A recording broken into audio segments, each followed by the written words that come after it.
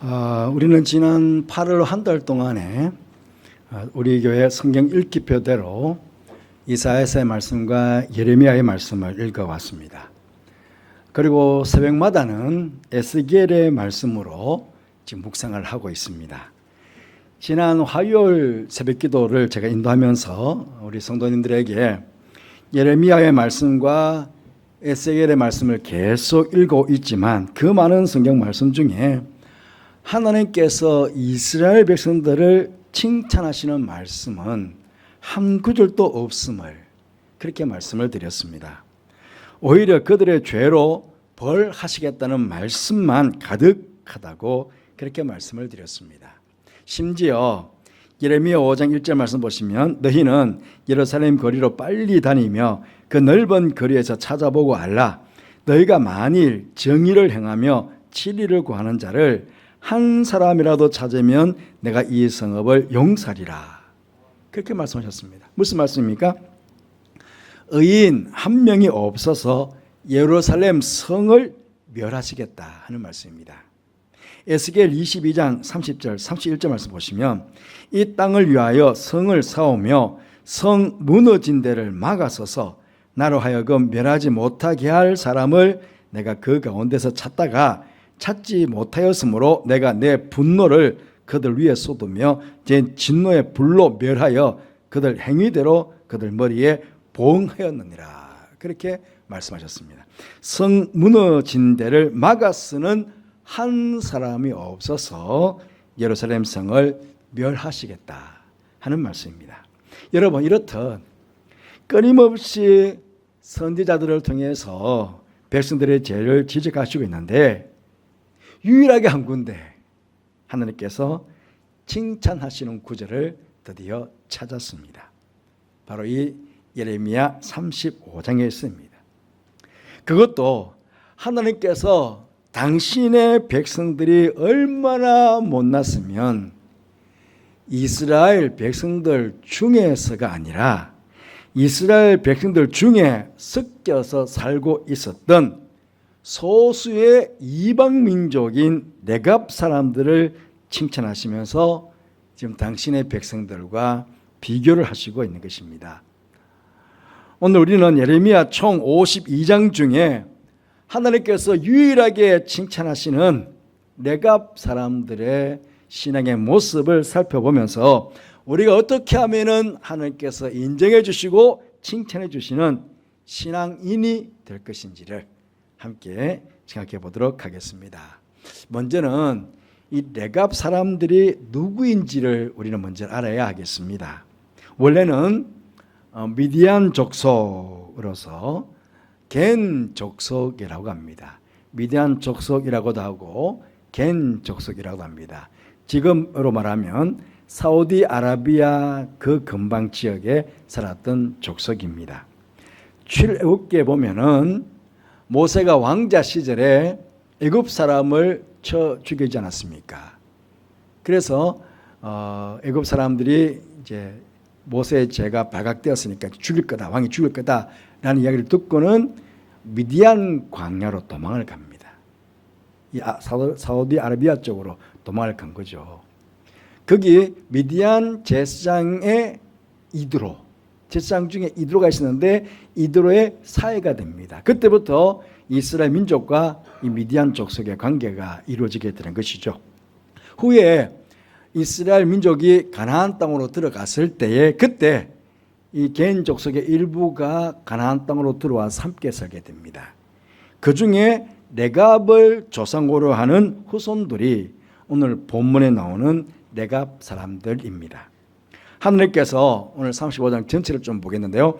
2절 말씀 보시면 예레미야에게 너는 네갑 사람들의 집에 가서 그들에게 말하고 그들 여호와의 집 한 방으로 데려다가 포도주를 마시게 하라. 그렇게 명령하셨습니다.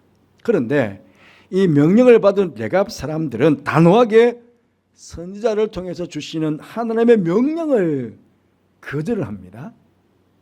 그 이유를 이야기하는데 6절 7절 말씀 보시면 그들이 이르되 우리는 포도주를 마시지 않겠노라.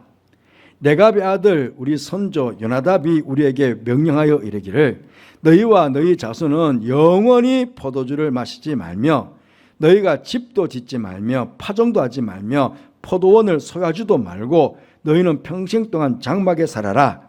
그리하면 너희가 머물러 사는 땅에서 너희의 생명이 길리라 하였기 때문에 우리는 그 명령을 따르지 않겠습니다 라고 하는 것입니다.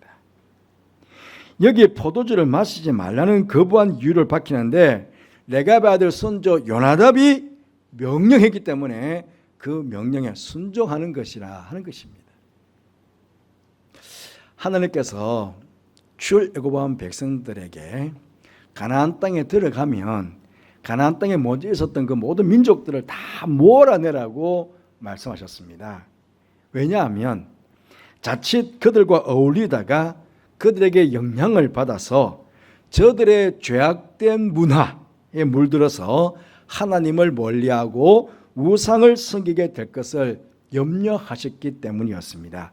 그런데 유대 민족, 이스라엘 민족도 아닌 개인족 속의 레갑의 아들 요나답이 자신의 자손들이 가나안의 타락된 문화와 우상 종교에 영향을 받지 않고 하나님을 믿는 신앙을 바르게 지키며 살도록 하시기 위해서 자신의 자손들이 대대로 지킬 5가지를 명령하였는데 그것을요 무려 200년 이상 그 자손들이 지켜왔다 하는 것입니다. 이게 5가지 명령을 한 번씩 한번 찾아보면요, 첫 번째로는 6절에 영원히 포도주를 마시지 말라 하는 것이었습니다. 당시에 가나안 족속들은 바알 신을 숭배하였습니다. 그들은 바알 신에게 제사를 드리면서 이 제단에 이 포도주, 술을 바쳤을 뿐만 아니라 제사를 하는 자신들이요 이 술을 마시고 그 자리에서 취하는 거예요. 엄청 취해가지고는 제단 앞에서, 바알 제단 앞에서 집단적으로 혼음을 하는 것입니다. 굉장히 타락된 문화죠. 레갑의 사람 이 선조 요나답은요 북이스라엘의 가장 악한 왕조가 아합 왕조인데 예후가 이 악한 아합 왕조를 몰아내고 바알 신을 척결하는 그 일, 그 종교개혁을 막 이루었죠. 그때 요나답이 함께 그 일을 이루었습니다.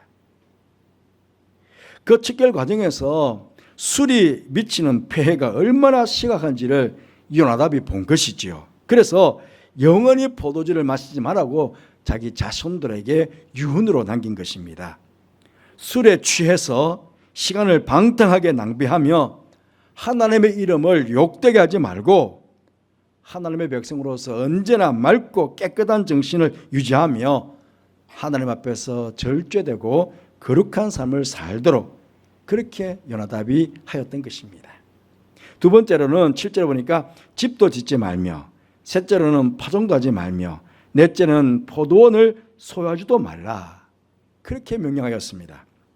여러분, 집을 짓고 파종하여 농사하고 포도원을 소유하고 포도를 재배하는 것, 이게 죄입니까? 절대로 죄가 아닙니다. 당연히 해야 될 것이지 않습니까?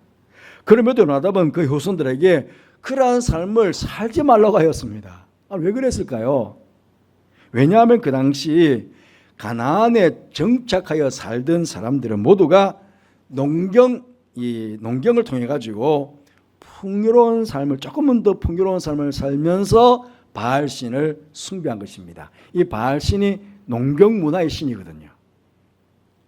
그러다 보니 요나답은 자신들의 후손들이 이 땅에서 정착하여 농경을 하다가 풍요롭게 되어서 자칫 이 바알을 숭배하는 가나안 사람들의 영향을 받아서 하나님을 믿는 신앙을 떠나서 바알을 숭배할까 봐 아예 처음부터 그런 유혹을 당하지 않도록 그렇게 딱 절제를 차단을 시킨 것이었습니다. 그리고 5번째는 7절에 장막에 살아라 하는 것이었습니다. 사실 사람은 누구나 안정된 자신의 집에서 편히 살기를 원하는 것, 이건 모든 사람의 기본적 욕구가 아닙니까? 그런데 장막 생활을 하라 하는 것은요, 바꿔 말하면 유목 생활을 하라 하는 것과 같은 의미입니다. 여러분 아시는 대로 유목민들의 삶은요 매우 간소합니다. 가재 도구도 먹고 사는데 필수적인 것만 간단하게 이루어져 있습니다. 왜냐하면 막 이동해가고 살아야 되니까 빨리 장막을 걷어서 또 다른 곳으로 이동하고 그것도 펼쳐놓다가 또 하면 또 걷어서 또 이동하고 계속 이동하면서 살아야 되니까요. 그 가재도구가 많으면 안 되겠죠. 그러다 보니까 생활이 불편하기도 하고 또 농경 생활과는 다르게 빈곤한 삶이 될 수도 있고요. 늘 이동해야 되니까 안정된 삶을 살 수도 없었을 것입니다. 하지만 아브라함, 이삭, 야곱 같은 믿음의 족장들이 바로 이 길을 걸어갔잖아요. 그러한 믿음의 길, 믿음의 선배들이 걸어갔던 그 믿음의 길을 소중히 여기며 그 믿음의 선조들처럼 이 땅에서 어떻게 해요? 나그네와 순례자와 같은 삶을 살면서 동시에 영원한 안식처인 천국을 바라보면서 그렇게 믿음으로 살 것을 자손들에게 강조를 한 것입니다. 그런데 이런 요나답의 명령을 그의 후손들이요 200년이라는 긴 시간 동안 다 지켰다는 것입니다. 여러분 2년, 20년이 아니라 200년입니다. 이 200년이면 수많은 자손의 자손을 볼 수 있는 그런 긴 시간입니다. 그런데 이 기간 동안에 모든 자손들의 자손들이 어김없이 명령을 준행했다. 여러분 사실 믿기 어려운 일 아닙니까? 그렇잖아요. 우리가 경험하는 바이지만 예수님을 믿다가 쉬는 사람들도 있고 낙심해서 교회를 떠나는 사람들도 있고 심지어 부모는 믿지만 자녀들이 믿지 않는 그래서 신앙에 대가 끊기는 그런 경우가 우리 많이 보지 않습니까? 그런데 그 가문의 신앙의 전통이 200년 동안 끊이지 않고 이어져 왔다는 것입니다. 이것은 무엇을 말하는 것입니까? 예레미야가 지금 레갑 사람들에게 레갑 한 사람이 아니고 레갑 후손들이잖아요. 이미 레갑 사람들, 레갑 족속들에게 포도주를 마시지 말라고 했는데 거기에 모인 사람 중에 한 사람도 예외 없이 모두가 포도주 마시기를 거부했다는 것입니다.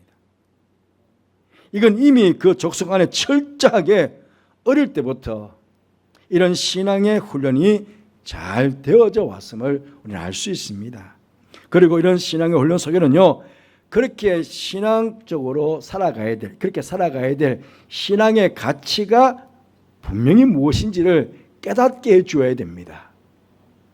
왜 포도주를 마시지 말라고 합니까? 왜 집을 짓지 말라고 합니까? 왜 파종해서 농사를 짓지 말라고 합니까? 왜 포도 재배를 하지 말라고 합니까? 왜 장막에 살아야 됩니까? 라는 것에 대해서 신앙적인 가치가 분명하게 전달되지 않으면 그렇잖아요.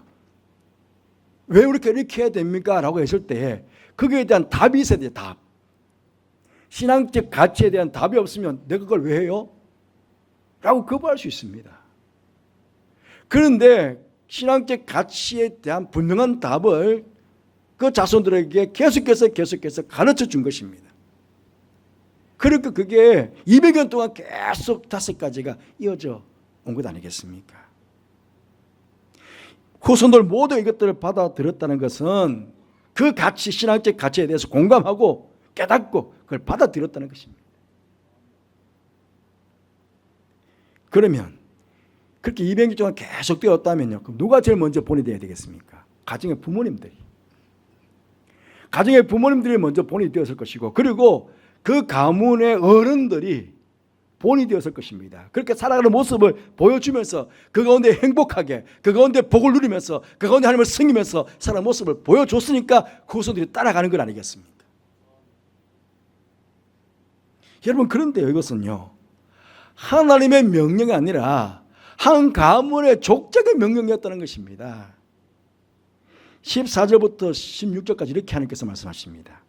레갑의 아들 요나답이 그의 자손에게 포도주를 마시지 말라 한 그 명령은 실행되도다.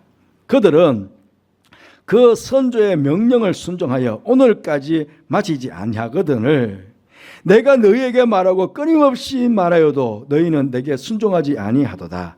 내가 내 종 모든 선자를 너희에게 보내고 끊임없이 보내며 이르기를 너희는 이제 각기 악한 길에서 돌이켜 행위를 고치고 다른 신을 따라 그를 섬기지 말라. 그리하면 너희는 내가 너희와 너희 손주에게 준 이 땅에 살리라 하여도 너희가 귀를 기울이지 아니하며 내게 순종하지 아니하였느니라. 그런데 레가비의 아들 요나답의 자손은 그의 손주가 그들에게 명령한 그 명령을 지켜 행하나 이 백성은 내게 순종하지 아니하도다.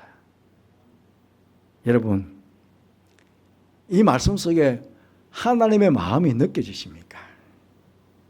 인간적으로 보면 하나님께서 얼마나 자존심이 상하셨겠습니까? 당신께서 택하지 않은 이방 족속은 이렇게 하나님께서 직접 말씀하신 것도 아니요, 선지자를 보내셔서 말씀한 것도 아닌데, 그런데 유대인들 속에, 그 이브리인들 백성 속에 섞여 살면서 하나님을 믿는 신앙을 가졌을 뿐만 아니라 그 조상이 신앙적으로 교훈해 준 것, 그걸 200년 동안 지켜왔다는 겁니다. 그런데 하나님께서 택하신 백성들이고 하나님께서 끊임없이 말씀하시고 선지자를 보내셔도 끊임없이 말씀하셨던 그 백성들은 하나님의 명령에 기둥도 듣지 않는 것입니다. 기름을 타다 버리고 아예 듣지 않고 있다는 것입니다. 그리고 그 말씀에 불순종하고 있다는 것입니다. 그래서 하나님께서는 17절 말씀에서 불순종한 그 백성들에게 모든 장을 내리겠다고 말씀하셨습니다. 그러므로 만군의 여호와 이스라엘 하나님께서 이와 같이 말씀하시니라. 보라, 내가 유다와 예루살렘 모든 주민에게 내가 그들에게 대하여 선포한 모든 장을 내리리니 이는 내가 그들에게 말하여도 듣지 아니하며 불러도 대답하지 아니함이라. 그래서 다 멸해버리겠다고 말씀하신 것입니다. 그런데 그의 조상 명령에 200년을 순종해서 지은 레갑 사람의 가문에 대해서는 하나님께서 오늘 본문에서 읽었지 않습니까? 18절 19절에서 축복하십니다. 먼저는 18절에서 저들의 아름다운 신앙을 인정해 주셨습니다. 너희가 너희 손주 요나답의 명령을 순종하여 그의 모든 규율을 지키며 그가 너희에게 명령한 것을 다 행하였도다 라고 그들의 신앙을 인정해 주었습니다. 그리고 19절에서는 내 앞에 설 사람이 영원히 끊이지 아니하리라는 축복을 해 주셨습니다. 그러므로 만군의 여호와 이스라엘 하나님께서 이와 같이 말씀하시니라. 레가비의 아들 요나답에게서 내 앞에서 설 사람이 영원히 끊어지지 아니하리라. 앞쪽에 이스라엘 백성들은 다 내가 멸해버리겠다 그렇게 말씀하셨는데 이 요나답의 자손들에게는 내 앞에 설 사람이 영원히 끊어지지 아니하리라 그렇게 축복해 주셨습니다. 여러분, 오늘 예레미야 35장의 말씀을 들으면서 보시면서 하나님께서 정말 우리에게 원하시는 것이 무엇이라고 생각하십니까? 우리가 하나님의 말씀에 늘 귀를 기울이고 그 말씀에 순종하며 그 말씀을 내가 걸어가야 되는 삶의 방향으로 삼고 살아가는 그런 우리의 신앙의 모습을 하나님께서 보고 싶어 하시는 것 아니겠습니까? 우리들의 가정마다 하나님의 말씀에 늘 순종하며 바른 신앙의 삶을 살아가는 부모들이 있고 그 부모들의 신앙을 본받아서 잘 계승해서 살아가는 믿음의 자녀들, 그래서 믿음의 명문 가문을 만들어가는 그런 가정을 하나님께서 보고 싶어 하시지 않겠습니까?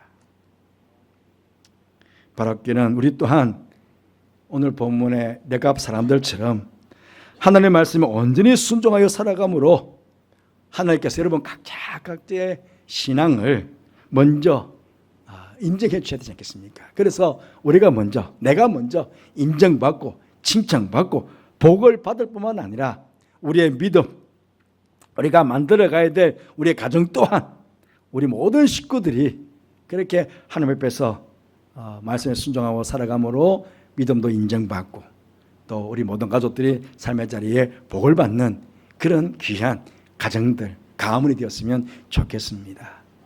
오늘도 하나님은 찾고 계십니다.